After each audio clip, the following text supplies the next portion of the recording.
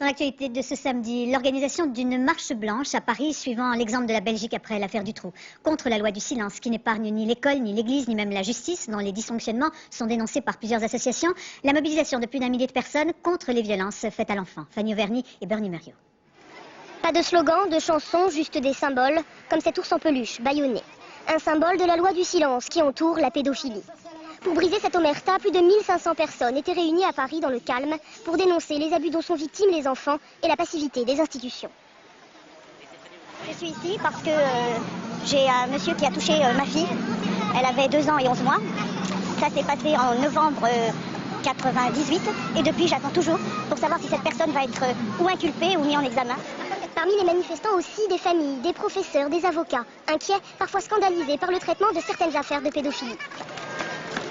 Parce qu'il n'y a qu'en venant, qu'en se déplaçant, qu'en disant haut et fort qu'on est en colère comme parents et comme citoyens, il n'y a que comme ça qu'on arrivera à faire évoluer les choses. Et je suis grand-mère de 4 petites filles.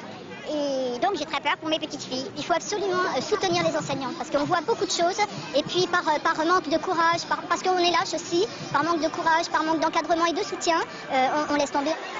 Pour conduire le cortège, des victimes et leurs proches, de drames connus de tous. Cormeilles dans l'Eure où un instituteur a abusé de ses élèves, Auxerre dans l'Yonne où 7 jeunes filles ont disparu dans les années 70. Plus de 50 Belges avaient fait le voyage pour soutenir les Français en colère, eux qui depuis l'affaire Dutroux restent mobilisés, comme le papa de Mélissa, l'une des victimes. Moi je suis content qu'il y ait des jeunes marches, donc il y ait cette mobilisation pour qu'il y ait un meilleur fonctionnement de l'appareil judiciaire et finalement casser le tabou de la pédophilie. Ce soir, une délégation de la Marche Blanche est reçue par la ministre de la Justice pour demander la fin de tous ces silences. À titre d'illustration de ces difficultés d'entendre et de savoir faire parler les enfants, l'histoire de ce couple qui se déchire devant les magistrats depuis plusieurs années. Comment faire la part des choses lorsque l'enfant âgé de 3 ans et demi se plaint de violences sexuelles, lorsque la mère accuse le père de pédophilie qui s'en défend et accuse à son tour son ex-compagne de manipulation. Ce reportage n'est pas un compte-rendu judiciaire puisque l'affaire est en cours, mais une évidence s'impose, la lenteur de la justice qui a bien du mal à écouter l'enfant. Dorothée Cochard et Raymond Chaplard. L'enfant est parti ce matin avec le père. Cette maman vient de perdre la garde de son enfant. Voilà, je suis scandalisée par ce qui se passe. Convaincue que son fils était victime d'abus sexuels de la part de son ex-compagnon, Je vous en remercie. elle avait fui avec son fils 2 mois avant de se rendre à la justice. Au revoir, maître. Ça fait des semaines que le petit se plaint que son père lui fait des piqûres dans les fesses avec un couteau, avec le manche d'un couteau, et on rend le petit à son père qui a 3 ans. Voilà. J'ai tout, j'ai des certificats médicaux, j'ai des médecins qui ont constaté que mon fils avait une blessure dans l'anus. Ce matin, le père est venu chercher mon petit garçon pour le ramener chez lui. Parmi les documents avancés, cet examen réalisé en centre hospitalier. Il est constaté une zone bleutée, échymotique, au niveau de la face latérale droite, de la marge anale d'environ 2 cm sur 1 cm. Traduction pour certains médecins, le viol du petit garçon est probable. Pour le tribunal, cela ne prouve rien. Pourtant, plusieurs signalements de pédiatres et pédopsychiatres convaincus de l'abus sexuel et donc accréditant la thèse de la mère sont envoyés au procureur d'Évreux. Ces médecins ne sont pas entendus. En revanche, les expertises psychologiques en faveur du père, qui attestent de son équilibre et de sa non-perversité, sont mises en avant. Non-lieu, l'enfant lui est rendu. Pour le papa, c'est l'aboutissement d'une procédure juste, mais longue, trop longue, et lui, comme son ex-compagne, regrette que la justice n'ait pas pris rapidement la précaution de faire entendre isolément son fils. Je crois qu'on doit prendre une solution radicale. Tout de suite, je dis bien tout de suite, ça ne sert à rien une fois que l'enfant a été manipulé. Isoler l'enfant, le faire examiner, médicalement, psychiatriquement, psychologiquement. Examiner chacun des parents, psychiatriquement, psychologiquement, comme ça se fait au Canada. En 2 mois, ils bouclent toute l'affaire et ils prennent une décision. La mère compte faire appel. Plusieurs associations de défense de l'enfant vont se constituer partie civile, dénonçant une procédure laxiste. L'insouciance du petit va être mise à l'épreuve, déchirée entre ses parents et attachée à l'un et à l'autre.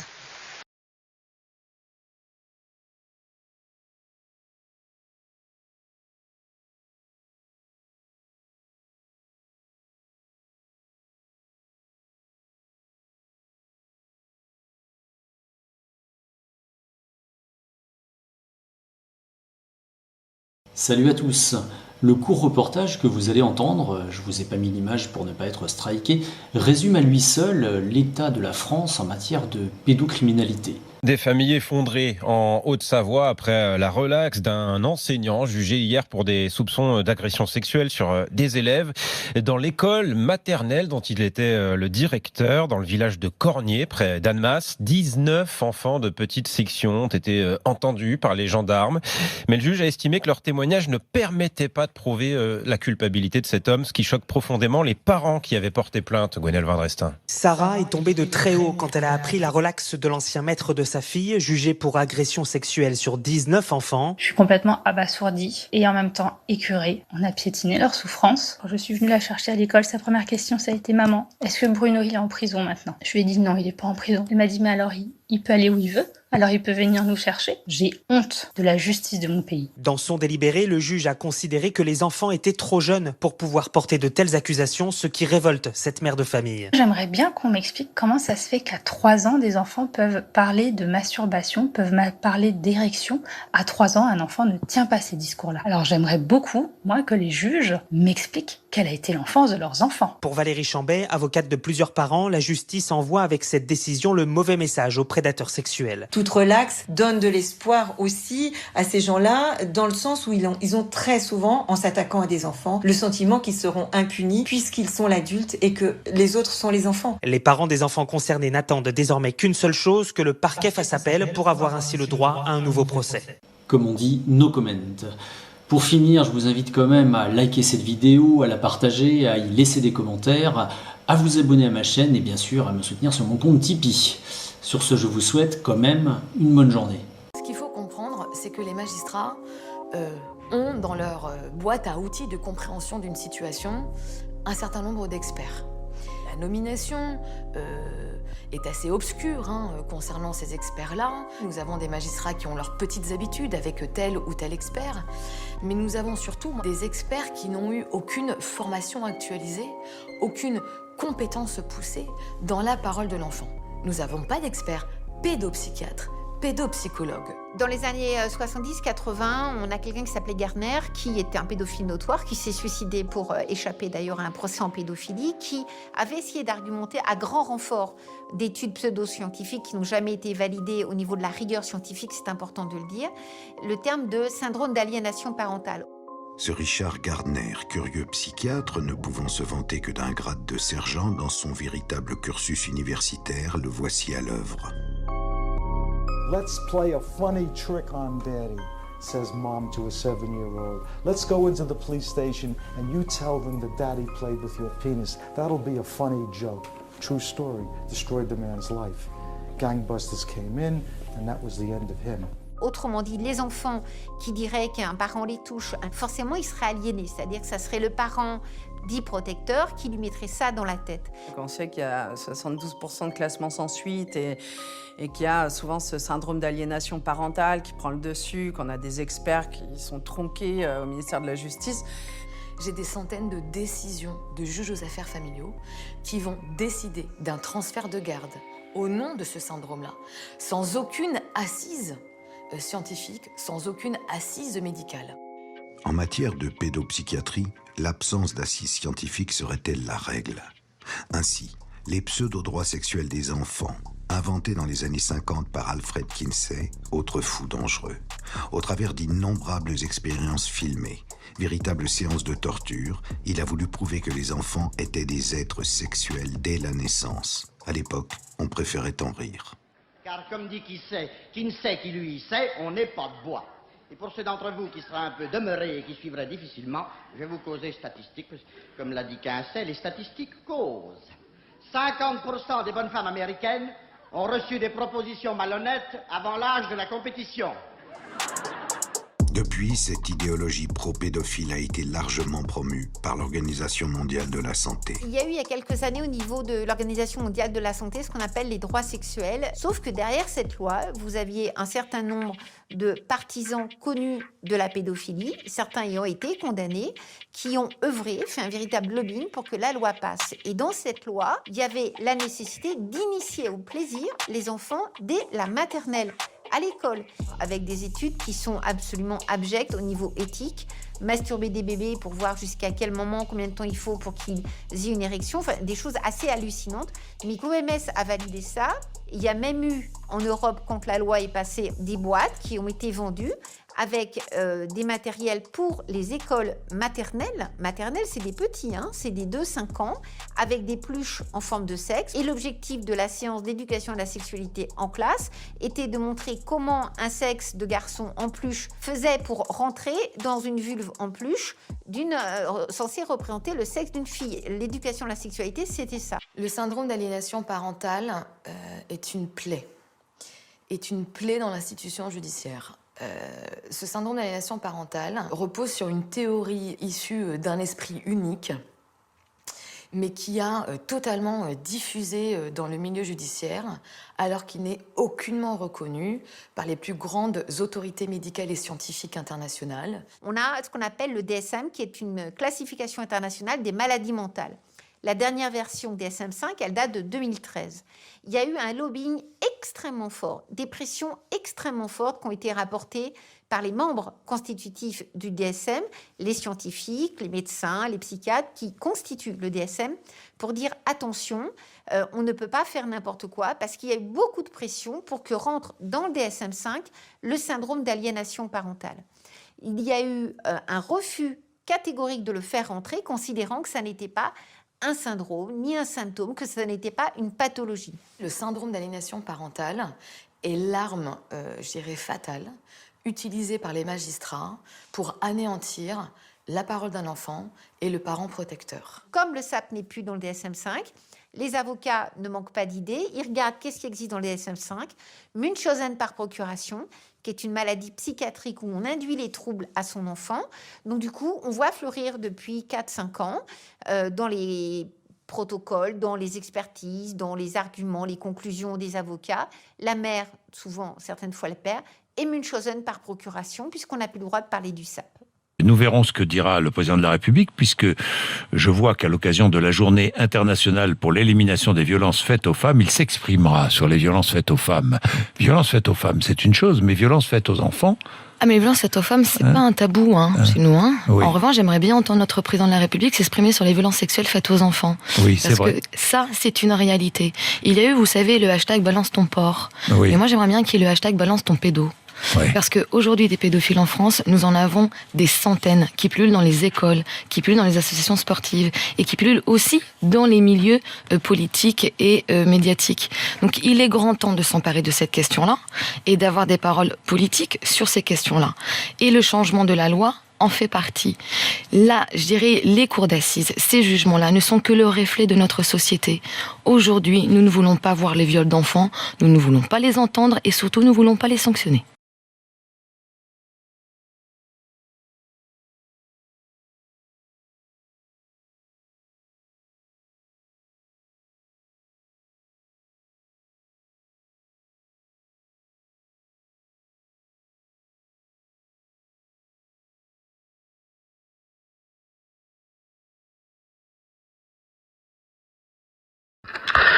L'Agence des États Unis pour la coopération Nord-Sud, UTA, souhaite attirer l'attention du Conseil des droits de l'homme sur les viols des enfants. En France, nous déplorons une impunité quasi totale en matière de la pédocriminalité. 130 000 filles, 35 000 garçons sont victimes de viols et de tentatives de viol chaque année. Environ 4% portent plainte et moins de 1% de l'ensemble de viols sur mineurs aboutissent aux assises. Selon les experts, cette situation d'impunité quasi totale favorise le récidive. Toutes les associations de protection de l'enfance appellent à l'instauration d'un âge en dessous duquel tout acte sexuel commis par un adulte sur un enfant sera considéré comme un viol. La loi Chiappa sur les violences sexuelles et sexistes a échoué à la mettre en place en août dernier. La législation française peine à suivre la Convention internationale des droits de l'enfant. Nous demandons l'imprescriptibilité des crimes sexuels sur mineurs, comme Californie, Suisse et Chili, et la prise en compte de l'impact psychotraumatique des viols dans la loi en intégrant l'amnésie traumatique comme élément suspensif de la prescription. Une victime de viol dans son enfance qui se souvient devrait pouvoir porter plainte malgré l'expiration du délai de prescription. L'amnésie traumatique est un des piliers de l'impunité de la pédocriminalité. Nous demandons l'application de la mise en œuvre multilatérale de la Déclaration de Vienne, le programme d'action et l'engagement de l'article 21 de la Charte des Nations Unies sur les droits de l'enfant. Nous réclamons son application effective tout en affectant des ressources pour y parvenir. Je voudrais faire une autre remarque d'actualité, puisqu'on parle de sujets particulièrement délicats ce soir. Je ne regarde jamais la télévision pour la bonne raison que j'ai aucune raison de laisser un égout se déverser dans mon salon. Mais là, il se trouve que tout à fait par hasard, j'ai quand même été amené à voir une émission qui s'appelle, je ne sais pas comment d'ailleurs, le nom de l'émission m'échappe, mais qui était faite par un monsieur Carlin. Monsieur Carlin, un spécialiste du reportage sournois de provocation. Et alors, il a fait une émission qui était tout à fait assez répugnante d'ailleurs, je dois dire, sur la pédomanie, où il filmait la prétendue confession d'un pédomane, qui en fait est un type particulièrement malfaisant et vicieux, qui essayait de se justifier d'une façon assez tordue, et de la victime de ce pédomane qui était un pauvre gosse. Je me suis demandé d'abord pourquoi il faisait cette émission. J'ai vite compris que cette émission n'était pas du tout une émission sur la pédomanie. Cette émission était une émission contre l'Église catholique. Il s'agissait de montrer que les patronages catholiques, les associations catholiques, les groupes catholiques sont des nids de pédomanes. D'ailleurs, Carlin s'en est défendu dès le départ en expliquant que ce n'était pas du tout ce qu'il voulait faire. Alors, comme il s'agit de la langue d'inversion qui est en usage aujourd'hui, on sait aujourd'hui que quand quelqu'un vous dit « moi je suis démocrate », c'est parce qu'il ne l'est pas, et quand il vous dit « je suis libre-penseur », ça veut dire qu'il ne l'est pas, qu'il est au contraire contre la pensée libre, et quand il vous dit « je fais une émission qui n'a rien contre l'Église catholique », vous pouvez être absolument certain que c'est une émission qui est dirigée directement contre l'Église catholique. Et il a pris donc dans son affaire, dans son reportage, l'exemple d'une association catholique qui s'appelle les Chantiers, et qui est un patronage catholique tout simplement, où naturellement, comme ça arrive hélas dans les mouvements de jeunesse, ou les mouvements où il y a des jeunes, il y a des détraqués qui s'affectent là-dedans et qui se livrent à leur petite cochonnerie. Et comme de toute façon, quand on les prend, au lieu de leur faire ce qu'on devrait leur faire, c'est-à-dire de leur couper ce qui sert à faire ce qu'ils font, et puis de les foutre en tôle sans préjudice d'un séjour en prison qui pourrait durer, à mon avis, jusqu'à l'extinction du personnage sans que ça gêne personne, eh bien, on leur fait des remontrances, on leur explique qu'ils sont malades, qu'on va les soigner, et on les remet en liberté. Naturellement, ils n'ont rien de plus pressé que de recommencer. Oui, il ne faut pas que je fasse ça. Bon. Oui. Et je m'étonne simplement que M. Carlin ne se soit pas intéressé à d'autres affaires. Par exemple, il aurait pu nous parler du nombre remarquable, tout à fait anormal, d'instituteurs ou de fonctionnaires de l'éducation nationale qui ont été pris, qui sont en prison, qui sont à un instant de condamnation ou déjà condamnés pour des faits exactement équivalents, et qui en général ont été pris une fois, deux fois, trois fois, quatre fois pour les mêmes affaires, ont été arrêtés, remis en liberté, sans plainte de leur administration, simplement changé d'école. Il y en a un notamment qui a été finalement piqué dans une école du 19e. Ça faisait 4 fois qu'on le changeait d'école et ça faisait 4 fois qu'on lui donnait un grade supérieur pour le faire changer d'école. Il a fini comme directeur d'école et là il s'est fait prendre. Il était protégé parce que naturellement il était franc-maçon. Alors ça, M. Carlin ne nous a pas dit qu'il y avait un lobby des pédomanes francs-maçons à l'intérieur de l'éducation nationale qui protégeait ces gens-là. Il ne nous a pas parlé de l'affaire de Tribune Juive. Le directeur de Tribune Juive a été, il y a quelques années, arrêté pour une affaire de pédomanie. Il ne nous a pas parlé de l'affaire du communiste Duguay qui vient d'être arrêté, là, à Chambéry, pour la 4e fois en 20 ans, pour une affaire de pédomanie. Ce type est le pire industriel de la pédomanie qui existe en France. C'est un type, j'ai vu les photos qu'il réalisait lui-même en posant avec des enfants de 2 ans. J'ai été physiquement malade quand j'ai vu ces photos. Vous savez ce que ça veut dire, physiquement malade?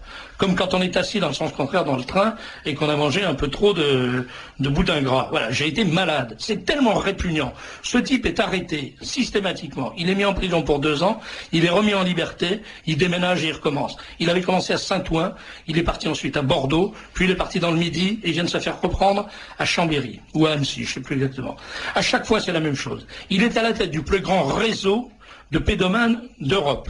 Il fabrique des milliers et des milliers et des milliers de photos. Ces photos sont quelque chose d'absolument épouvantable. Vous n'avez pas idée de ce que c'est. Ce type mérite une balle dans la tête. Il mérite d'être exécuté. Et il continue, il est relâché. Pourquoi? Parce que c'est un militant communiste qui est protégé par le Parti communiste. Ça fait des années que ça dure. Quand il était à Saint-Ouen, il était employé par la mairie de Saint-Ouen, qui avait trouvé très intelligent de filer à se détraquer la direction de l'équipe de basketball de la municipalité. Et il filait du fric à la mairie. Voilà pourquoi il était protégé. Ce type avait parmi ses clients un consommateur de produits pédomaniaques dont j'ai retrouvé le nom dans le dossier, sous le scellé numéro 17, il y avait un carnet qui appartenait au revendeur de M. Duguay. Ce revendeur s'appelait Sokolovski. Sokolovski avait un jardin autour de sa villa du côté de Saint-Ouen. Dans le jardin de la villa de Sokolovski, on a trouvé des ossements d'enfants. Il n'a jamais été inquiété pour ça. Il a été protégé.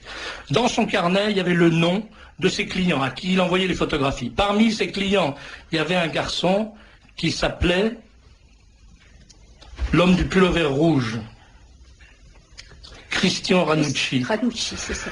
Ranucci, dont on nous a dit qu'il avait été victime d'une erreur judiciaire, qui a été décapité, et dont on nous a dit qu'il avait été victime d'une erreur judiciaire qui n'était pas l'assassin de la petite Dolores Rambla. Il était évidemment l'assassin de la petite Dolores Rambla. Et la meilleure preuve, c'est qu'il a retrouvé lui-même le couteau qu'il avait caché après l'avoir assassiné. Mais la preuve qui est définie, non pas la preuve définitive, mais la preuve corroborante, c'est que son nom figurait comme client du réseau Duguay dans le carnet de Sokolovski. Son nom et son adresse à Marseille. Donc c'était un consommateur de photographies pédomaniaque. Le réseau de la pédomanie en France est une des choses les plus abjectes qui existent. C'est une des choses les plus puissantes. Ils ont des protections partout. Et récemment, on a entendu dire par un personnage très important qu'ils avaient même des protections dans la magistrature. On a dit également récemment, il y a une mère qui a la preuve que son propre mari a emmené ses propres enfants dans des séances comme ça, dans le cadre d'une secte de timbrés qui font probablement des sacrifices humains. Personne ne mesure l'immense gravité du problème en France. Et tout ce que trouve à faire M. Carlin pour nous parler de la pédomanie, c'est de filmer un type qui dit « Oh oui, j'aurais pas dû faire ça, oh là là, qu'est-ce que c'est mal, oh je regrette d'avoir fait ça, oh là là, je me le pardonnerai jamais », et d'expliquer que c'est l'animateur d'une association catholique. Voilà comment ça marche, la désinformation par l'intermédiaire des médias en France. J'ajoute une chose, c'est que toute la presse, absolument toute la presse, a célébré les mérites de ce reportage, qui est une merde absolue, parce que c'est un scandale de faire ce qu'il a fait, c'est-à-dire de montrer, sous prétexte de montrer de l'image brute, de faire la manipulation au 3e degré. Parce que l'image brute n'existe pas, il faut savoir ça. Quand on choisit une image brute, on montre ce qu'on choisit de montrer. Et donc on ne montre pas ce qu'on veut cacher. C'est la pire façon de mentir. Il y a véritablement un problème en France, je le dis avec beaucoup de passion, beaucoup de colère, parce que je suis épouvanté de voir la direction que prend notre pays par manque de courage de ses habitants. Je le répéterai jusqu'à en crever. Si nous ne nous dressons pas pour combattre cette abjection, cette cochonnerie, cette saleté, cette lâcheté, nous allons en crever. Nous n'allons pas crever l'ennemi, c'est pas l'ennemi qui nous tuera. Celui qui nous tuera, c'est nous-mêmes. Nous allons crever de notre lâcheté et de notre incapacité à affronter la vérité telle qu'elle se présente. On en a des exemples multiples. Aujourd'hui, on ne peut plus dire la vérité. C'est une chose interdite. Il y a des gens qui disent la vérité et qui, pour ça, sont victimes de provocations qui les empêchent de parler, par exemple, au micro des radios ou d'écrire dans les journaux. Véritablement, si nous acceptons ça, nous allons mourir de nous-mêmes. Voilà ce que je voulais dire à propos de cette affaire. Et j'ajoute, toujours à propos de l'affaire quand même de la pédomanie, je parlais du lobby des supporters des pédomanes. Voilà ce qu'on lit dans le terrorisme intellectuel, le livre de monsieur qui vient de sortir. Sévilla, pardon. Le terrorisme intellectuel, merci monsieur Poncard. Le terrorisme intellectuel de 45 à nos jours. On lit ça. Écoutez, si vous avez des enfants au micro, je vous demande d'écarter les enfants parce qu'il y a un mot extrêmement grossier dans ce que je vais lire, mais je suis obligé de le lire puisque je l'ai sous les yeux, c'est dans le livre, page 92. En 1970, le topless apparaît sur les plages de Saint-Tropez. Six Sex and Son chante Serge Gainsbourg. En 71 est créé le Front homosexuel d'action révolutionnaire. Ouvrez les guillemets. Nous nous sommes fait enculer par les Arabes, nous en sommes fiers et nous recommencerons. Fermez les guillemets. C'est paru dans le Tout, avril 71. En 1975, les mineurs accèdent librement aux contraceptifs désormais remboursés par la sécurité sociale. En 77, 3 inculpés pour attentat à la pudeur sans violence sur des mineurs de 15 ans se retrouvent depuis 3 ans en préventive. Ils reçoivent le soutien de Jean-Louis Bory, Patrice Chéreau, Guy Hockenheim, Bernard Kouchner, Jacques Lang, Gabriel Matzneff et Philippe Solers. Ouvrez les guillemets, 3 ans de prison pour des caresses et un baiser, ça suffit. Publication dans Le Monde du 26 janvier 77. Paraît ensuite un manifeste réclamant la dépénalisation des relations sexuelles avec les mineurs. Le texte est signé par Louis Althusser. Ils y sont tous, c'est pas la peine de vous faire d'illusions. Tous. Althusser, fou furieux, qui finira par assassiner sa femme. Louis Althusser, Roland Barthès, Simone de Beauvoir, lesbienne tordue, avec son mari, l'agité du bocal, Sartre, qui avait signé également. Jean-Louis Bory, homosexuel notoire, Patrice Chéreau, Jacques Derrida, qui aujourd'hui donne des leçons d'antiracisme à longueur de journée dans le monde, Françoise Dolto, alors vous voyez à qui vous confiez vos enfants, Patrice Chéreau, je l'ai dit, Gabriel Maznev, Jean-Paul Sartre et Philippe Sollaire. Philippe Sollaire, la lumière de l'intellectualisme français actuel. Voilà comment se met en route, comment se met en place un système de viol des consciences et de normalisation des pires abjections, avec le secours des intellectuels. Comment voulez-vous qu'on résiste à ça si on ne se mobilise pas, et comment voulez-vous qu'on ne devienne pas fou furieux de rage en face de la complicité des élites de ce pays, élites politiques et intellectuelles, avec la pire racaille qui soit. Voilà. Alors évidemment, un auditeur me dit, n'oubliez pas de parler de, je sais plus moi c'est lequel, c'est Fon qui est pédomane, et c'est Val qui est son copain. Oui. C'est pas le contraire. Non. C'est Fon, tout est dans tout et réciproquement. Et Val, le directeur de Charlie Hebdo. Salut à tous. Aujourd'hui, je vais dénoncer l'apologie de la pédophilie qui a été faite par Eve Ensler dans un bouquin très connu, Les monologues du vagin. Au passage, je remercie la personne qui m'a alerté dans les commentaires, et de votre côté, n'hésitez pas à faire comme elle si vous pensez connaître un sujet dont j'ignore l'existence. Mais revenons à nos moutons. Cette apologie de la pédophilie a été faite sur 4 pages, à partir de la 94, dans un texte titré « Souvenir, 13 ans ». Donc le texte est sans ambiguïté, il décrit l'initiation au plaisir sexuel d'une gamine de 13 ans par une femme adulte. Extrait. Elle me demande si j'aime embrasser les garçons et je lui dis que j'aime pas ça. Alors elle me dit qu'elle va me montrer un truc et elle se penche sur moi et elle m'embrasse tellement délicatement avec ses lèvres sur mes lèvres et elle glisse sa langue dans ma bouche. Elle se prépare une vodka et me demande ce que je veux boire. Je dis pareil qu'elle et elle me dit qu'elle croit que ma mère aimerait pas beaucoup que sa fille boive une vodka. Je dis qu'elle aimerait sûrement pas beaucoup non plus que sa fille embrasse des filles sur la bouche. Alors elle me prépare une vodka. Puis elle me fait un tas de trucs, à moi et à mon minou, des trucs que j'avais toujours cru que c'était sale avant, et waouh, je suis tellement excité. Elle me dit « Ton petit vagin sent si bon, il est si frais, je voudrais le garder comme ça pour toujours. » Et après ça, la jolie dame m'apprend tout sur mon minou. Elle me fait jouer avec pendant qu'elle regarde, et elle m'apprend tous les moyens de me donner du plaisir toute seule. Vous noterez que ce bouquin n'a aucune mise en garde sur l'âge des lecteurs, ce qui pour moi s'apparente non seulement à de l'apologie de la pédophilie, mais aussi à de la corruption de mineurs. Alors pour ceux qui vivent dans une grotte, sachez que de ce bouquin a été tirée une pièce de théâtre qui a été jouée entre autres par Roselyne Bachelot, Myriam El Khomri et Marlène Schiappa. Et oui, la même Marlène Schiappa qui disait combattre la pédophilie.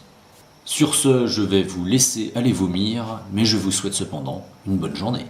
C'est ainsi que, grâce encore à notre secrétaire d'État chargée de l'égalité homme-femme, Marlène Schiappa, qui a profité que vous ayez le dos tourné pour en faire plutôt une préférence sexuelle. En d'autres termes, si demain vos enfants se font violer par un adulte, ils devront prouver au barreau et en présence de leur violeur qu'ils n'étaient pas consentants, quel que soit leur âge. Et si votre enfant, pendant qu'il était en train de se faire sodomiser, n'a pas réagi, il connaîtra le problème que beaucoup de femmes vivent après un viol, celui d'être culpabilisé parce qu'il ne s'est pas débattu. Ben oui, il a été éduqué sexuellement. Hein? Why didn't you report the rape in the first case if there was evidence? It's a big problem. And if there wasn't evidence, does that mean you didn't fight back? Why not? We see it the whole time. You ladies do make our job rather difficult. What are you thinking, Lawrence? Shall I tell you what's going on in your head biologically? There's a part of your brain, the amygdala, is telling you to do whatever you need to do to survive. It's like a siren. Survive, survive. So loud, in fact, it's drowning out your cerebral cortex, your logical brain. Your cortex knows, I'm not going to cut your throat. Why would I do that? My family's in enough trouble as it is. But the amygdala, it's pure instinct. It feels the damage this can do. It's no bigger than a peanut. You're taken by surprise, afraid for your life.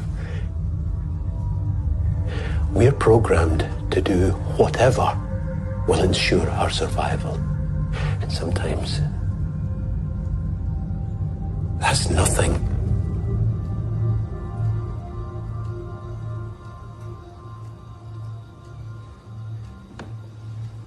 I think you've made your point.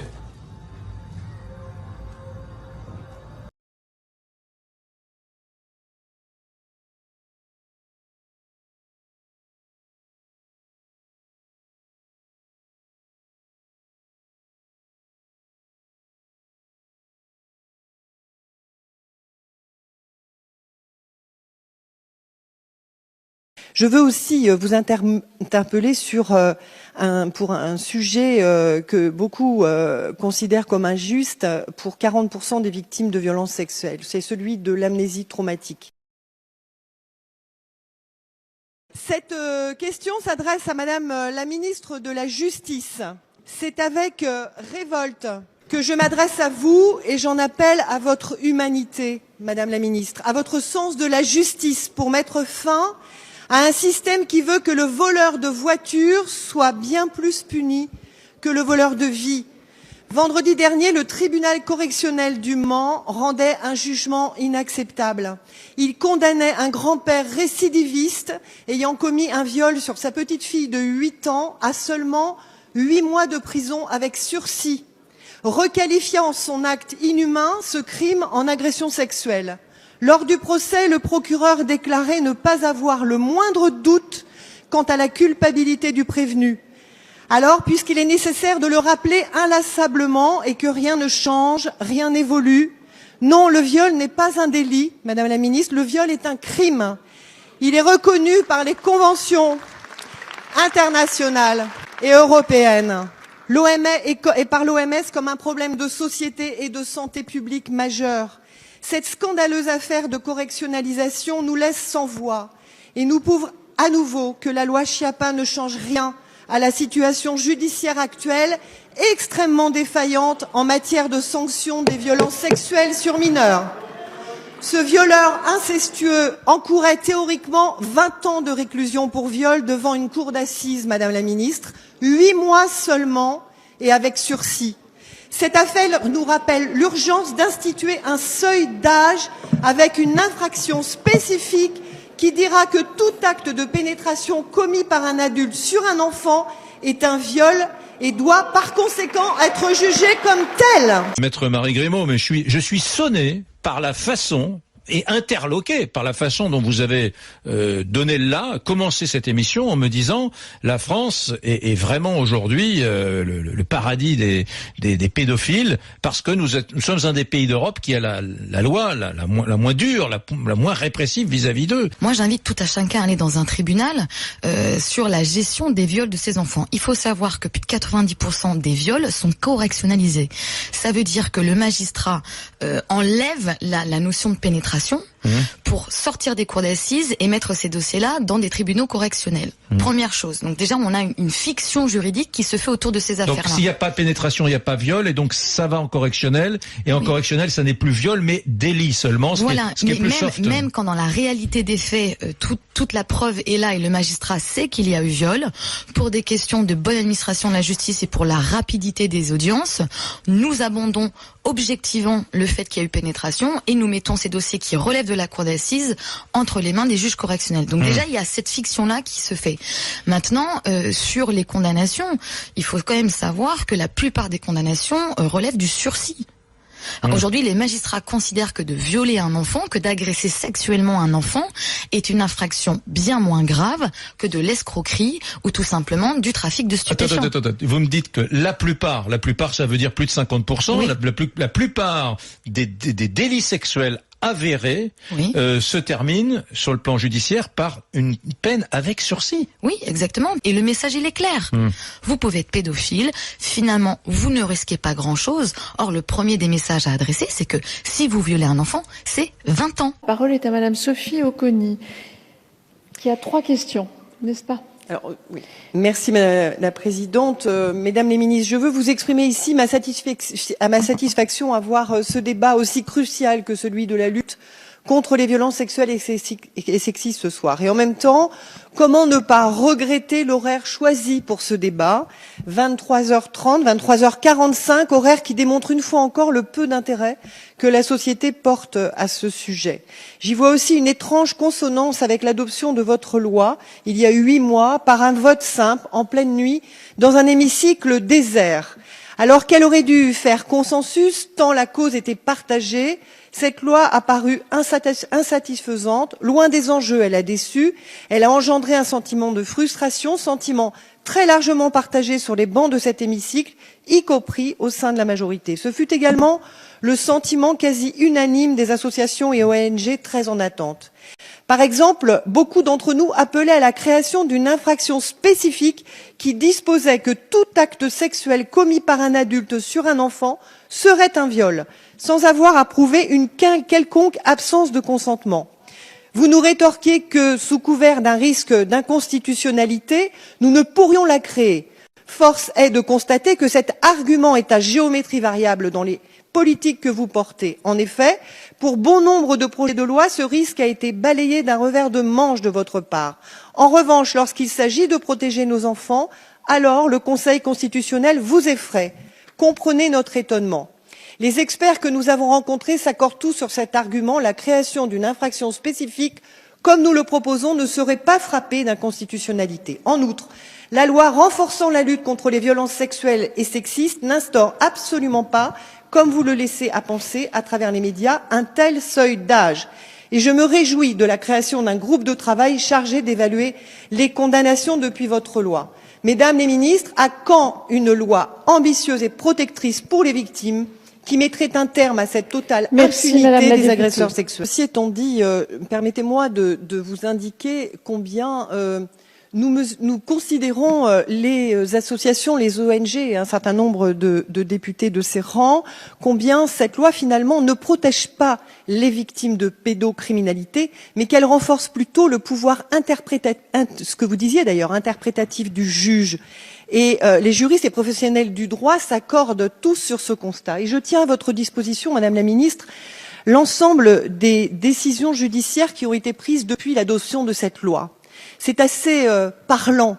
Et si je prends exclusivement les décisions judiciaires, les jugements qui ont été pris depuis le 1er mars 2019, je mesure que sur 14 procédures judiciaires et 14 jugements, 7 aux assises et surtout 7 en correctionnel. Ça veut dire que cette loi, elle pousse à la correctionnalisation. Et le résultat, c'est quoi? Ce sont des jugements qui ne sont pas à la hauteur des enjeux dont nous parlons ce soir. Un exemple, 4 mois de prison ferme, 4 mois de prison ferme en correctionnalisation, 30 mois de prison avec sursis en correctionnalisation, 3 mois de prison avec sursis, toujours en correctionnalisation, 5 ans de prison ferme dans une procédure qui a révélé des faits extrêmement sordides. Dans un cas, la relaxe. Dans un autre cas, 6 mois avec sursis. Et dans le cas du Mans, pour lequel j'ai eu à intervenir en QAG, 8 mois de prison avec sursis pour un grand-père récidiviste qui a violé sa petite fille de 8 ans. Tout ça pour dire que ce texte de loi est à mon sens et au sens d'un certain nombre d'entre nous, une régression par rapport au jugement et par rapport aux enjeux que cette loi aurait dû nous... L'idée d'un seuil d'âge aurait permis au moins de protéger les enfants victimes de pédocriminalité. Je veux aussi vous interpeller pour un sujet que beaucoup considèrent comme injuste pour 40% des victimes de violences sexuelles. C'est celui de l'amnésie traumatique. Les récentes réformes liées à la prescription, dont celle de la loi dont il est ce soir question, n'ont pas de portée rétroactive et sont sans application pour les victimes nées dans les années 70-80. Le seul moyen pour ces victimes d'amnésie traumatique de pouvoir poursuivre leur agresseur aujourd'hui, c'est de démontrer l'existence d'une cause de suspension du cours de la prescription. Or, la Cour de cassation a développé une jurisprudence excessivement stricte. Même si la victime démontre qu'elle ne pouvait pas agir, cela ne suffit pas. Il faut des manœuvres élaborées par l'auteur. Cette jurisprudence n'est pas acceptable. En droit, cette jurisprudence est contraire au droit européen et sera bientôt condamnée par la Cour européenne des droits de l'homme.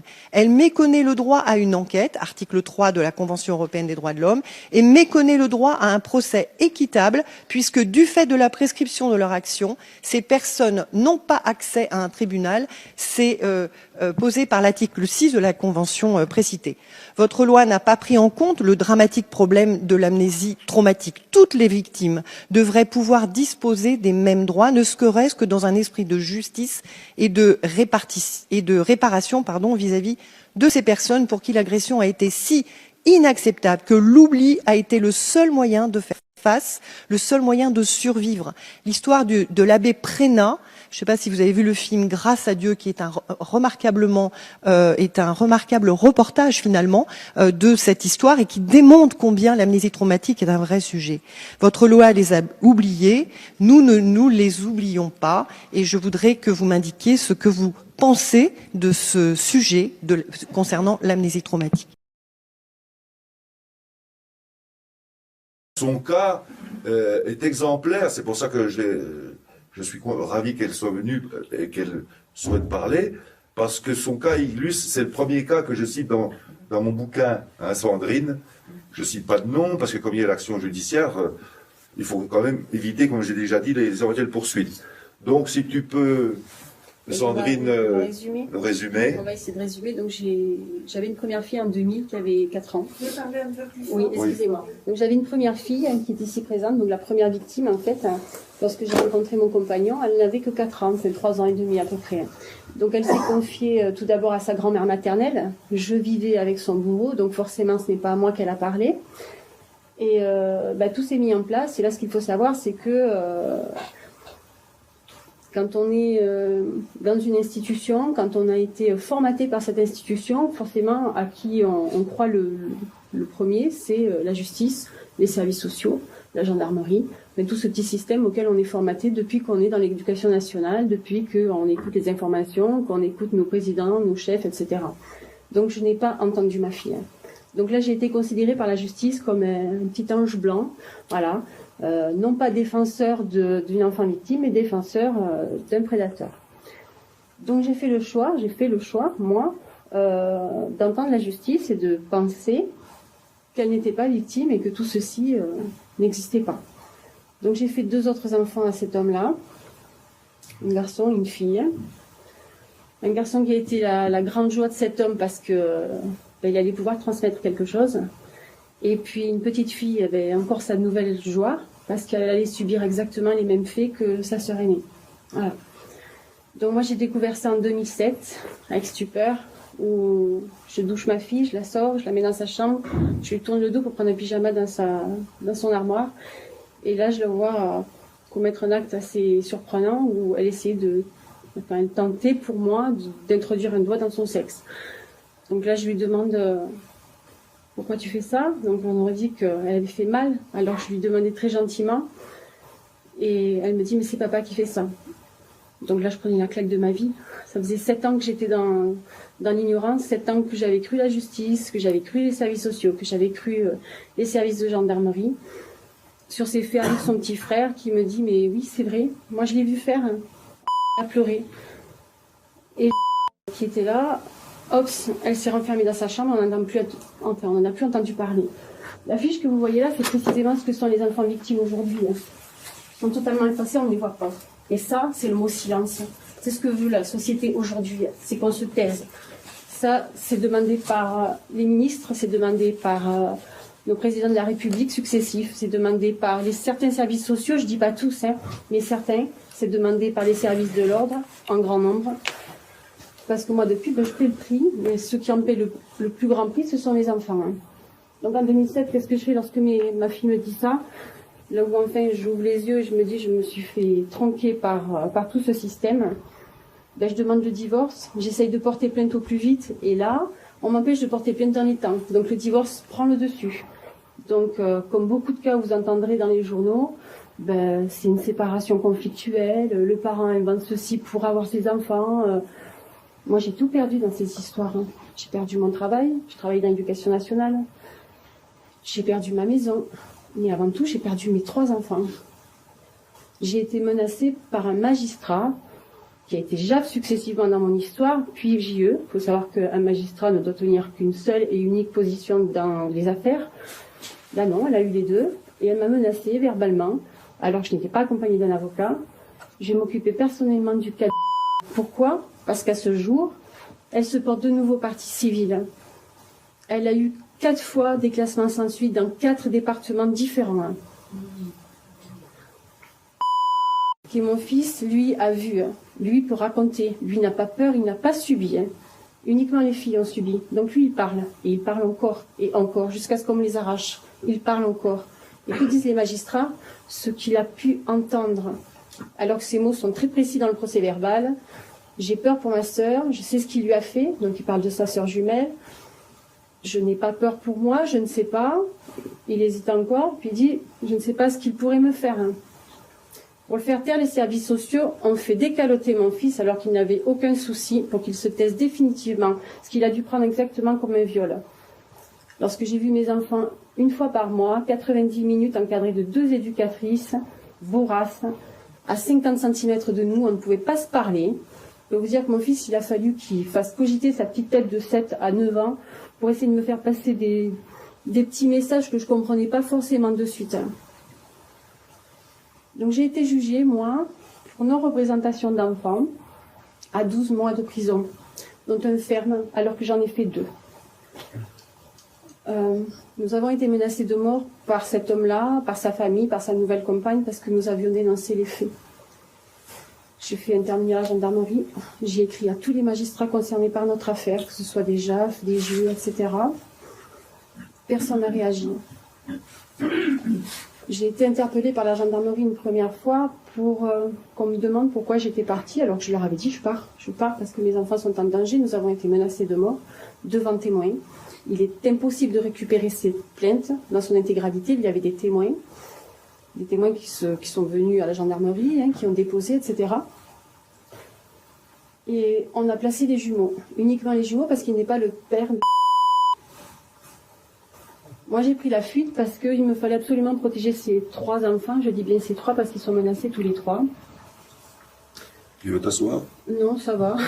Ils sont menacés tous les 3, mais je ne me suis pas cachée. J'ai utilisé ma carte bleue, j'ai utilisé mon téléphone. J'étais dans ma propre voiture, donc à tout moment, je pouvais être interpellée. J'ai croisé les gendarmes quasiment tous les 2-3 jours. Je veux dire, comme tout le monde, quand vous prenez votre véhicule, dès qu'il fait beau, vous envoyez au coin d'un rond-point, etc. Nous n'avons jamais été arrêtés. J'ai été arrêtée 3 jours avant l'anniversaire de ma fille. Et je l'avais confiée en fait à ma sœur pour qu'elle puisse être scolarisée. Moi, j'avais demandé de scolariser moi-même mes enfants, donc c'est moi qui leur faisais l'école, j'en avais les capacités. Et on m'a reproché d'avoir déscolarisé mes enfants, de les avoir désocialisés, de les avoir séquestrés, sans aucune preuve matérielle, aucune. Donc j'ai été arrêtée 3 jours avant l'anniversaire de à quelques jours de Noël. Et lorsque je suis tombée devant le juge d'instruction, c'était en fait le juge d'instruction qui avait classé l'affaire de ma petite fille un non-lieu. Non pas sur le motif comme quoi il y avait monsieur est innocent, absolument pas. Pour absence de preuves, non plus. Pour insuffisance de preuves. Donc insuffisance de preuves, ça veut dire qu'en fait le dossier il est confié au greffier qui peut être réouvert à n'importe quel moment. Donc il nous faut des faits nouveaux. Les faits nouveaux, seuls les enfants les détiennent. Mais pour entendre leurs paroles, ça, c'est une autre affaire. Donc on m'a arrêtée, on m'a demandé de livrer mes enfants. Je leur ai dit non. Vous refusez de livrer vos enfants, eh bien, on va vous mettre en prison. Pas de souci, si c'est le prix à payer. Moi, je suis une maman, je protège mes enfants. Pas de souci. Ils m'ont laissé 2 mois dans cette prison, où ma fille m'a écrit un petit courrier de quelques lignes, je crois que je te l'ai donné, Jacques, où elle dit ce qu'elle a subi, qu'elle a été violée, frappée, ce qu'elle a vu, ce qu'elle a, elle, subi. Mais c'est pas grave. Les juges d'instruction, ils n'écoutent pas. Et ils sont allés chercher mes enfants qu'ils savaient depuis le début où ils se trouvaient. Donc pour ce, j'ai été jugée. J'ai payé ma dette vis-à-vis de la société, puisque c'était ainsi qu'on est jugé. J'ai écouté très, très attentivement tout à l'heure Chérif. Il a été puni parce qu'aujourd'hui, il veut parler. Donc on le met en prison, on le traite de fou. On passe des expertises de cesse. J'en ai passé 4. Les 3, j'étais une bonne mère. Aussi longtemps que mes enfants étaient entre mes mains. Aussitôt qu'on me les a enlevés, j'étais une mauvaise mère, bonne à renfermer, qui devrait prendre des médicaments, qui devrait être suivie régulièrement. Mais quelle maman à qui on arrache des enfants de cette manière-là? Je ne les ai pas vus pendant 6 mois depuis mon arrestation. Ensuite, on vous les montre 90 minutes, sachant que on vous laisse poireauter 15 minutes le temps qu'on vous les mène. On vient vous les chercher 15 minutes avant pour qu'ils soient à l'heure. Donc, total, vos 90 minutes se réduisent à 60 minutes mensuelles. Et quelles 60 minutes, c'était un supplice que de les vivre. Très honnêtement, j'aurais préféré qu'ils n'existent jamais. Mais au moins, je savais ce qu'ils vivaient. Et le 21 juin, donc, ce que disait Jacques, c'est qu'on m'octroie 2 heures mensuelles de les voir, et enfin, on les confie au bourreau. Voilà. Après un placement de 18 mois dans un lieu de vie, dans des conditions, je suis désolée, mais vraiment pas très très bonnes. C'était très dur de voir ça. Aujourd'hui, je les revois après moult et moult démarches auprès de la justice qui ferme les oreilles, auprès des ministères, auprès de Hollande. Tous les jours, au quotidien, j'écris à cet homme-là. Pour l'instant, dans son bureau, le seul qui me répond, c'est son conseiller juridique. Je n'ai pas eu le même chemin avec Sarkozy, mais il m'a répondu immédiatement. Je demande une audience, comme le fait Chérif, pour tous les enfants. Parce qu'aujourd'hui, mon combat n'est pas que pour mes enfants, puis très honnêtement, j'essaie de continuer à tenir le coup et d'essayer de les sortir de là, mais je n'y crois plus vraiment. Donc la seule manière, pour moi, la seule solution qu'il reste, c'est d'entrer dans la cour des grands. Et la cour des grands, je me suis inscrite en faculté de droit, j'ai 42 ans, et j'espère pouvoir trouver le pilon, voilà. Parce que les associations, ça marche pas. Les services sociaux, ça marche pas. La gendarmerie, la police, ça marche pas. Le ministre, ça marche pas non plus. Voilà. Moi, dans mon affaire, j'ai été face à un juge d'instruction ignoble, qui est le juge d'instruction de la autant dire que leur comportement face à moi n'est pas rien. Vous parliez tout à l'heure des avocats. Les avocats, faut pas croire, ils sont pas là pour vous aider. C'est financier, c'est un business. Moi, je me suis représentée à beaucoup d'instructions, etc., mais sans avocat, par choix, parce que financièrement, on ne suit plus, parce qu'on vous a détruit. Moi, j'ai tout perdu, je vous dis, aujourd'hui, sans les proches, sans la famille, je suis sans domicile fixe, quoi. Je suis au même... ce qu'on a fait aux enfants d'Outreau, c'est aujourd'hui, on en paye les répercussions en tant que parents protecteurs, qu'on soit mère, père, grand-mère, grand-père, etc. Voilà. Ce qui est assez étrange entre ce que me dit le juge d'instruction et ce que me raconte Aramis, enfin, donc c'est une association qui est prestataire de services, qui, selon le juge d'instruction, serait en fait dépendante du ministère de la Justice. Ça sera à vérifier. Lorsque vous avez Aramis au téléphone, on vous dit qu'eux dépendent de l'ASE, donc ils ne prennent aucune décision, mais ils reçoivent pas assez de subventions pour pouvoir mettre en place ces visites médiatisées ou autres, parce qu'ils ont énormément de fonctions. Donc on demande 26 € par enfant, non, par rencontre et par parent. Voilà. Donc moi j'ai été condamnée à payer l'intégralité. Pour l'instant on me demande que la moitié, parce que dans certains cas effectivement c'est partagé entre les 2 parents. Aramis considère que les parents sont responsables du fait que les enfants aillent dans un lieu médiatisé. Là il faut savoir quand même que ce sont les services sociaux qui ont demandé ça, le prolongement. C'est monsieur qui a demandé une assistance éducative en milieu ouvert, parce qu'il ne se sent pas à la hauteur d'élever ses enfants. C'est quand même lui qui le dit. Malgré tout, on les lui confie. Ils auront 10 ans là au mois de juin. Donc ils peuvent s'exprimer quand même, Non, bien sûr que non. Je vous dis ça là, c'est ce qu'on leur impose. 18 mois en lieu de vie. C'est pourquoi on leur impose ceci. Vous savez, un magistrat qui vous menace, on va s'occuper personne. Je vais vous montrer. Je vais m'occuper personnellement. Je voudrais préciser une chose. Comme son cas est exemplaire, j'avais chaque fois qu'il y a un événement, j'en parlerai sans vie. L'histoire de ce paiement d'argent pour voir ses enfants 2 heures une fois par mois. Hein, déjà, elle a un privé. En plus, il faut qu'elle paye pour les voir. Elle m'écrit, elle me dit, je considère ça de la prostitution institutionnelle. Mais tu peux l'écrire si tu veux. 1 heure après, j'avais écrit son histoire, en employant ces termes. J'ai envoyé ça à tous les gens de la grande presse que je connais. Donc, je vais vous citer Le Monde, Le Point, Le Parisien, Le Nouvel Observateur, La Dépêche, Mediapart. Bon, à votre avis, qui est-ce qui m'a répondu? Mediapart, Canard enchaîné. Personne. On va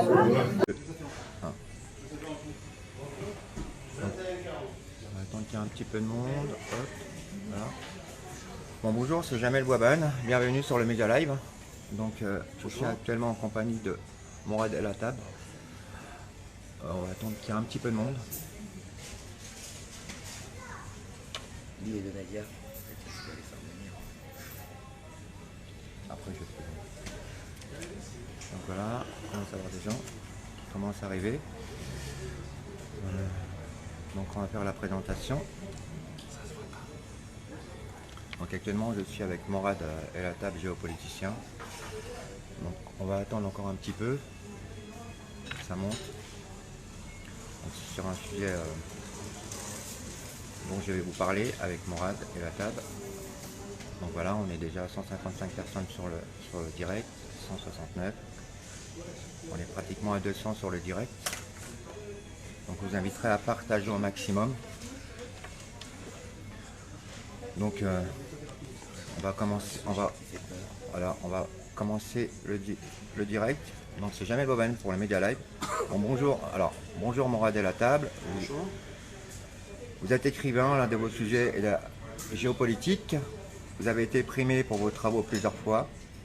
Nous avons invité à prendre la parole sur un sujet très important qui concerne l'enfance et une certaine forme de crime dont vous allez nous informer. Mais avant tout, pouvez-vous vous présenter? Bien sûr, je suis né en France, dans le Jura, de parents français. Je suis citoyen français, écrivain, géopolitologue, conseiller en investissement stratégique. Oui. On peut juste parler un tout petit peu plus fort pour que les personnes... Je répète. Oui, alors. Okay. Pouvez-vous vous présenter? Je suis né en France, dans le Jura, de parents français. Je suis citoyen français, écrivain, géopolitologue et conseiller en investissement stratégique. Ouais. J'ai déjà publié une dizaine d'ouvrages, notamment La génération 68 au service de la mondialisation et mon dernier livre traite de la Libye, qui défend les intérêts stratégiques français qui ont été malmenés par l'aventure hasardeuse de Nicolas Sarkozy, qui a malheureusement sabordé nos intérêts dans le pourtour méditerranéen et au Sahel. Voilà.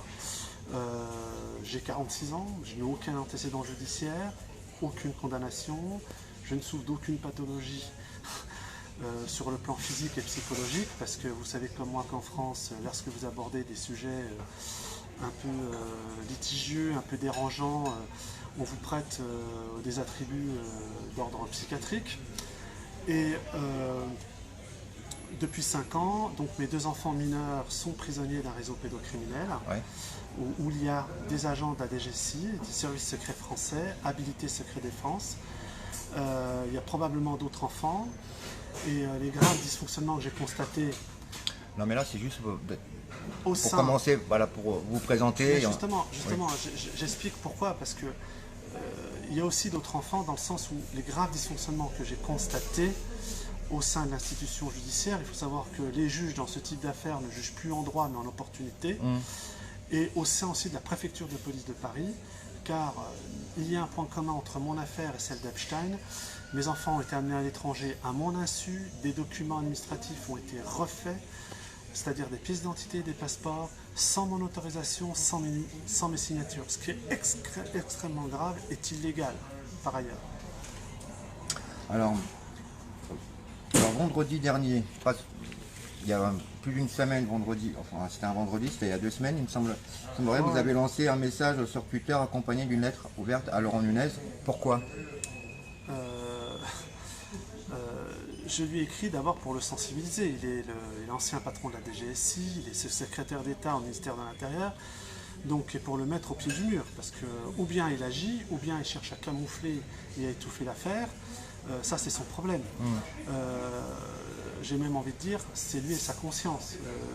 Qu'est-ce que je voulais que je vous dise? Mais il est obligé de prévenir le président de la République français, ou sinon il s'en expliquera devant un juge d'instruction. Pour moi, l'essentiel dans tout ça, c'est que le président Emmanuel Macron, il est censé réputé être au courant, et parce que j'ai saisi les autorités de l'État, pas seulement Laurent Nunez, j'ai aussi saisi les procureurs concernés, saisis et informés. Donc si Emmanuel Macron n'est pas au courant, c'est que le travail n'a pas été fait et que les services de l'État présentent une véritable carence. Il y a des téléphones quelque part. Est-ce que les téléphones, on peut les mettre... ils sont éteints? Excusez-moi. Donc ça voudrait dire que si Emmanuel Macron n'est pas au courant, il y a des véritables carences au service de l'État et que on laisse agir au sommet de l'État la DGSI et des réseaux pédocriminels. Voilà. Pouvez-vous nous dire quelle est la situation en France? Alors, je tiens d'abord à préciser que les Français ignorent souvent la réalité et l'ampleur des faits. Et c'est normal, parce qu'on arrête souvent des cas particuliers et non pas des réseaux pédocriminels. Or, ce qu'on vit aujourd'hui en France, c'est de l'ordre des réseaux, c'est-à-dire des viols en réunion. Et ces réseaux sont toujours constitués, c'est pour ça qu'on n'en parle pas souvent, de 3 personnages clés. Il y a toujours un policier haut placé qui va influencer pour faire trafiquer des enquêtes. Il y a toujours un magistrat corrompu qui va violer ce code de déontologie. Et il y a toujours un médecin, un psychiatre, expert auprès des tribunaux, qui va prévenir que le parent, soi-disant plaignant, ait des problèmes psychologiques. Donc ça, c'est la première réalité. En France, c'est une pédocriminalité de réseau. C'est pour ça qu'on en parle rarement. On nous montre à la télévision un vieux pervers qui a été arrêté, souvent des cas isolés. D'ailleurs, petite parenthèse, les brigades de protection de la famille en France, au sein des commissariats, n'ont jamais à ce jour arrêté de réseau. Donc on pourrait quand même se poser la question. En termes de chiffres, il faut savoir qu'aujourd'hui, ça peut effrayer, mais c'est la réalité, la France est le premier État pédocriminel au monde. Nous avons 165 000 enfants violés ou qui risquent d'être agressés sexuellement chaque année. 130 000 filles, à peu près 35 000 garçons. Ces données chiffrées sont aujourd'hui reconnues auprès de l'Assemblée nationale et du Sénat. Donc je ne les invente pas. Il y a 58 000 enfants qui disparaissent chaque année en France. La moitié est à peu près retrouvée dans les 72 heures. Pour le reste, on ne sait pas où ils sont. Et quand ils arrivent à l'âge de 18 ans, on arrête les recherches. Il faut savoir qu'il y a en France, parce que vous allez me poser la question, un secrétaire d'État en charge de la protection de l'enfance, Adrien Taquet. Je l'ai déjà sollicité, il n'a jamais répondu à mes questions. Adrien Taquet, on peut se demander à quoi il sert, pour une raison très simple. Il a fallu que des journalistes courageux fassent un travail, je pense aux journalistes d'M6, des zones interdites, auprès des aides sociales à l'enfance, qui sont littéralement des structures où les enfants sont maltraités, agressés sexuellement, violés. Adrien Taquet a attendu ce reportage de journalistes français pour faire un communiqué. Comment se fait-il qu'il n'était pas au courant avant? Pourquoi est-il rémunéré? Autre point, quand il a été invité chez Laurent Ruquier, il a osé dire que la majorité des enfants, 80%, étaient victimes d'inceste. Et donc il n'y avait pas de réseau. Et il a encore une fois menti, pour une raison très simple. Comment ça se fait qu'il y a 80% d'enfants victimes d'inceste et qu'il n'y a que 0,3% d'agressions sexuelles sur enfants qui sont jugés? Souvent on aurait 80%. Donc ces cas incestueux alimentent les réseaux pédocriminels. Et puis dernier point, la loi Schiappa, depuis qu'elle a été votée l'année dernière en plein été, que par 80 députés de la République En Marche, première question, où étaient les autres députés? Et deuxième point, depuis que cette loi est passée, la majorité des cas sont correctionnalisés. Il y a de moins en moins de cas qui passent aux assises. Et ça, toutes les associations qui militent pour la protection de l'enfance le reconnaissent. C'est-à-dire qu'aujourd'hui, les victimes de violences, les viols en réunion, les placements abusifs, la pédocriminalité en France n'est pas traitée à la hauteur d'un pays qui est la 5e puissance du monde. Avez-vous eu des retours depuis? En tout cas, je n'ai pas eu de retour de Laurent Nunez. Manifestement, que des agents des services secrets français au sein de la DGSI, je parle d'une minorité, qui viole les tortures des enfants. Si pour lui, c'est pas une priorité, j'ai presque envie de dire, c'est lui, sa conscience. Qu'est-ce que vous voulez que je vous dise? Moi, je rappelle juste une chose, c'est que aujourd'hui, les faits sont extrêmement graves, puisque des gens qui sont censés assurer notre protection et lutter contre l'antiterrorisme se retrouvent mêlés à des histoires de pédocriminalité. Vous avez des preuves à nous... La dernière preuve, oui, j'ai des preuves que j'ai transmises au parquet antiterroriste de Paris, donc j'espère qu'ils ouvriront une enquête. Et puis l'autre preuve flagrante qui est aujourd'hui rendue publique, c'est en juin 2019, le commandant de la DGSI dans les Ardennes, un poste extrêmement important, en charge de tout ce qui est le Grand Est, de la protection de la France par rapport à l'entrisme éventuel de djihadistes sur notre sol. Il a été arrêté alors qu'il violait une jeune fille mineure musulmane au prétexte de la déradicalisation. Il a dit qu'il était un expert en manipulation. Je pense qu'il est surtout expert en agression sexuelle. Et surtout, dans ses ordinateurs privés et professionnels, on a retrouvé plus de 10 000 images et vidéos pédopornographiques. Manifestement, il alimentait aussi un réseau. Donc aujourd'hui, il est en détention provisoire. Il y a un procureur à Metz qui a fait un remarquable travail. Est-ce qu'on lui permettra d'aller jusqu'au bout? Je ne sais pas. En tout cas, dans le cadre de mon affaire, vu que mes enfants sont prisonniers d'un réseau pédocriminel où il y a des agents de la DGSI, mon avocat, mes conseils demanderont à visionner ces 10 000 vidéos en espérant que mes enfants n'y soient pas et d'autres par ailleurs. Ce combat est difficile. Quelle est la prochaine étape de votre combat?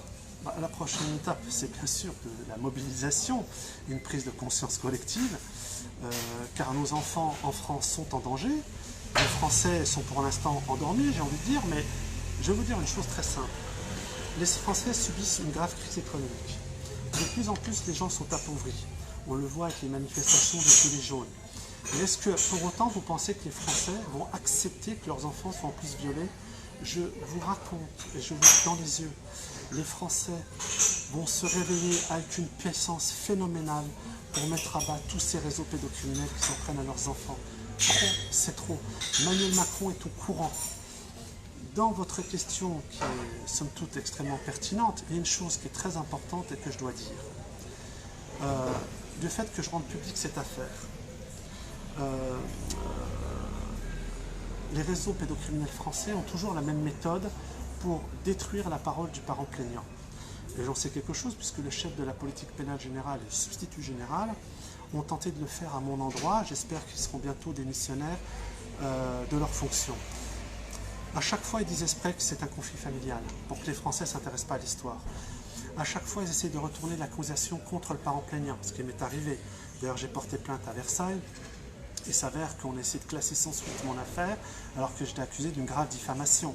L'enquête de police de Versailles a été falsifiée par la commissaire centrale de Versailles, et la procureure générale, peut-être trompée, a dit qu'une diffamation n'était pas dans un texte pénal. C'est quand même assez inédit. Donc j'ai saisi en recours le procureur général de Versailles, je pense qu'il établira au final la vérité. Et puis troisième point, c'est qu'on essaie toujours de vous prêter une pathologie psychiatrique.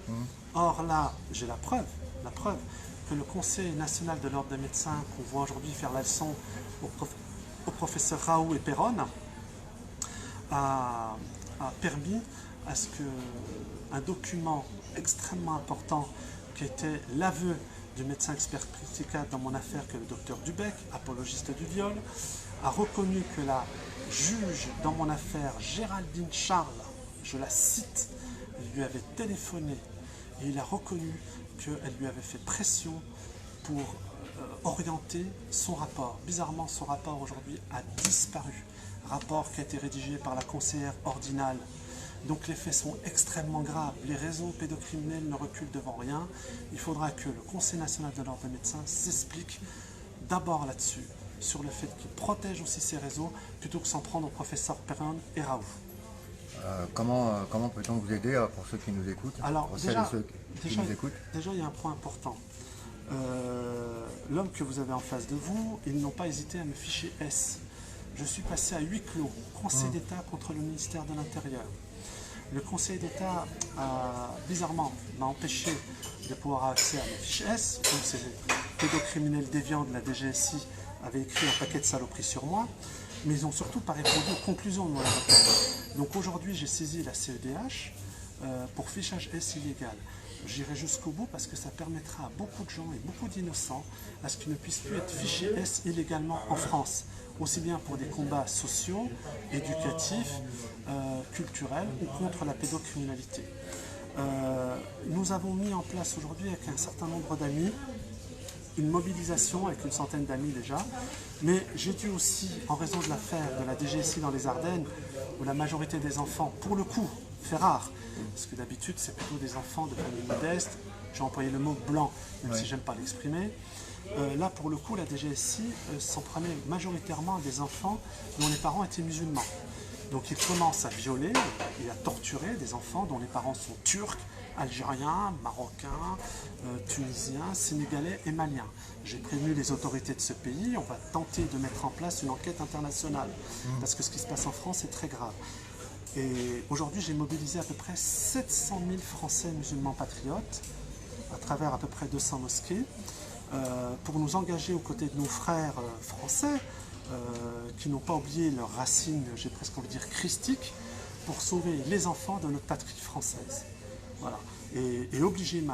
Macron à éradiquer, à détruire ces réseaux pédocriminels, ce que font déjà très courageusement Donald Trump, Poutine et autres chefs d'État qu'on traite trop facilement d'autocrates en France, alors que dans leur pays, ils font le ménage. Que dites-vous à ceux qui ont peur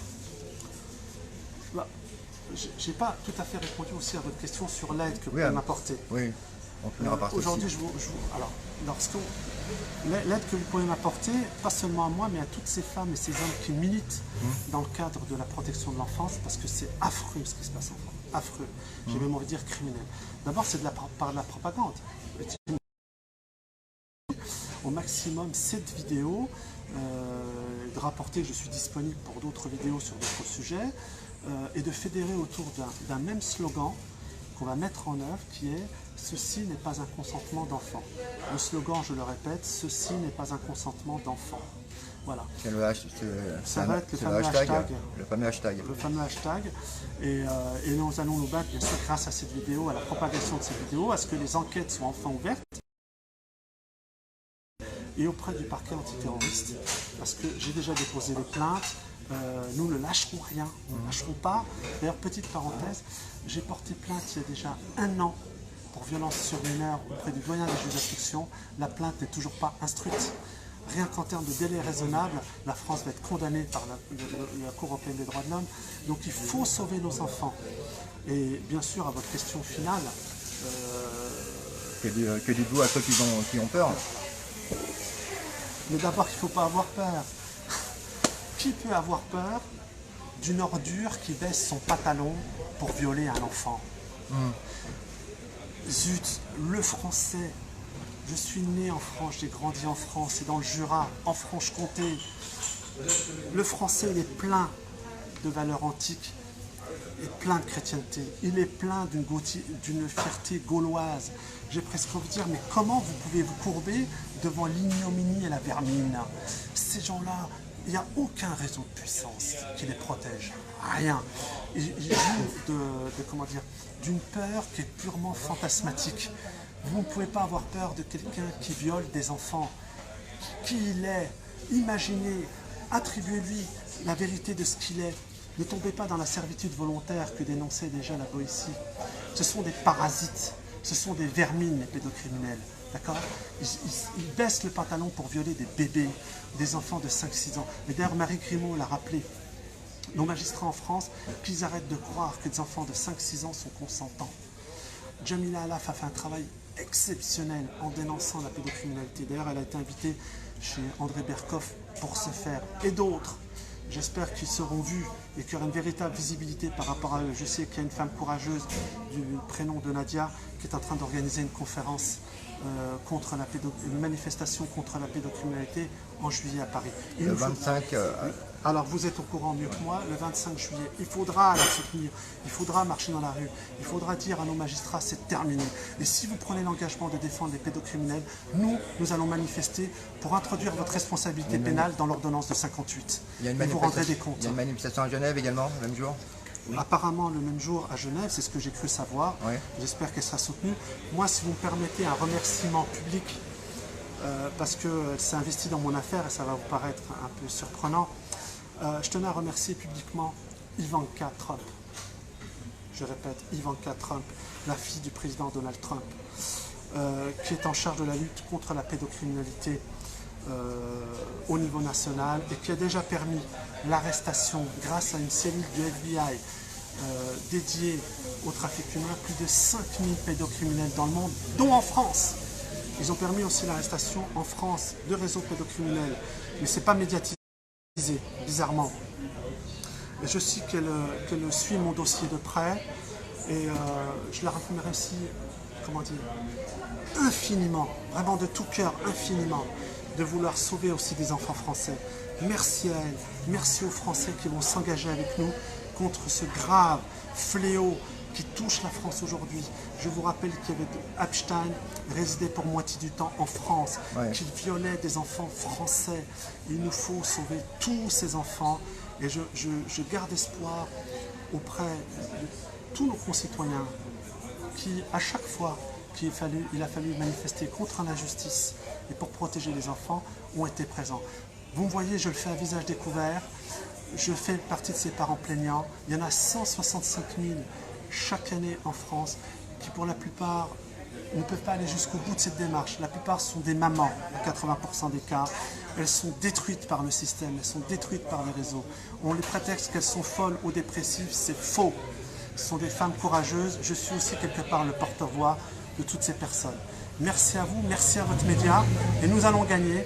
Et Emmanuel Macron, je lui envoie un message.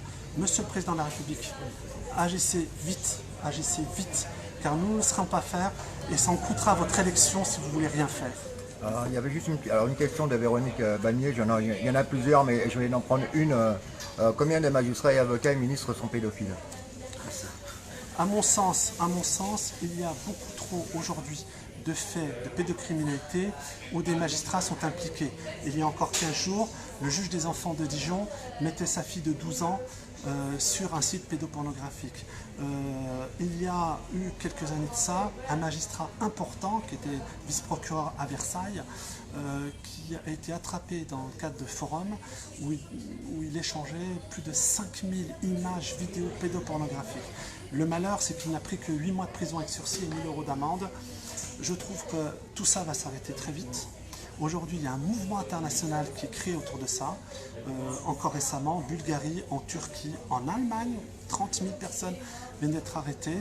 Le seul pays aujourd'hui, bizarrement, qui apparaît comme le repère des pédophiles, d'ailleurs Marie Grimaud avait dit qu'en France, c'était l'Eldorado des pédophiles, c'est la France. Nous allons agir dans ce sens. Je fais partie des parents victimes. Je demande à ce que les instructions soient ouvertes, que la procureure antiterroriste, que le procureur général de Paris ouvre une enquête sur mon affaire. Et je donnerai dans une prochaine vidéo les 5 magistrats mouillés dans mon affaire qui n'ont pas hésité à violer leur code de déontologie pour protéger des corrupteurs de mes enfants et probablement de plusieurs centaines d'autres enfants. Alors, j'ai vu que vous avez ramené quelques documents. Les documents, il a fallu que je fasse pression sur Madame Belloubet, ministre de la Justice, pour qu'enfin elle daigne transmettre à l'autorité judiciaire compétente, en la personne du procureur général près de la Cour d'appel de Paris, ma requête, puisqu'il y avait énormément de blocages. Il faut savoir que le Conseil supérieur de la magistrature refuse d'ouvrir une enquête contre une magistrate littéralement corrompue dans mon affaire, qui n'a pas hésité à plusieurs reprises à violer ce code de déontologie. Et petite parenthèse, qui connaissait l'avocate de la partie adverse juste avant de plaider et qui ne s'est pas récusée. Rien que ça déjà. Là, j'ai l'avis de réception de ma plainte au pénal. Comme vous pouvez le constater, elle a été déposée le 9 juillet 2019.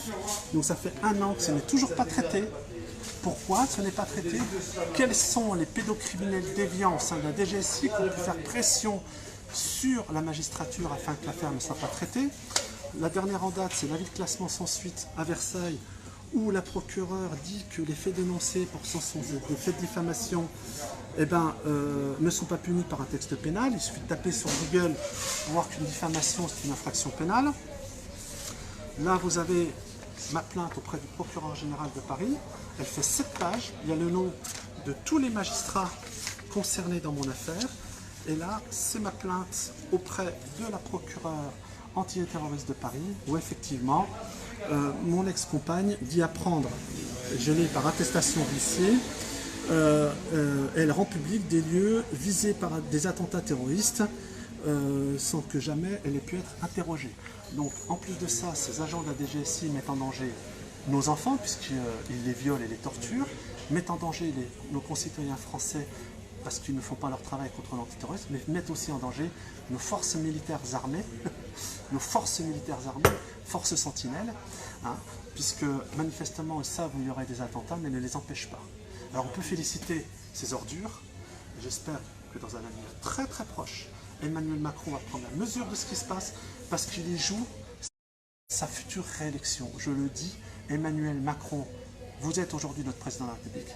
Ou vous agissez et vous faites tomber ce réseau pédocriminel, ou vous ne serez pas réélu. Peut-être même que vous ne finirez pas votre mandat avant l'heure. Juste une question par rapport à ce que vous dites. Est-ce que vous pensez déjà que par rapport à la peur, plus les gens vont s'emparer de ce sujet et vont le mettre sur la place publique, et plus des personnes comme vous et les victimes seront protégées justement. Et je pense qu'ils jouent là-dessus. Ils font peur, ils font des menaces pour que justement on ne puisse pas vous protéger. Et c'est là où c'est pour ça que je veux faire cette démarche, parce que je pense qu'il est grand temps que tout le monde soit derrière les victimes pour les protéger, pour qu'on ne puisse pas justement vous faire passer soit pour fou ou carrément vous enfermer. Alors, la question est très pertinente. Et effectivement, j'ai subi 3 tentatives d'effraction, 2 tentatives de vol. Je me suis battu 2 fois à 2 reprises avec des inconnus. Donc une fois, j'ai filmé la scène quand même. Ça a été classé sans suite. Il y a un vice-procureur dans mon affaire qui s'est amusé à tout classer sans suite, qui est allé jusqu'à empêcher l'exécution d'un procès-verbal de réquisition faite par une procureure en charge de la protection de l'enfance. Imaginez jusqu'où il est allé en empêchant les enfants d'être entendus par des psychiatres.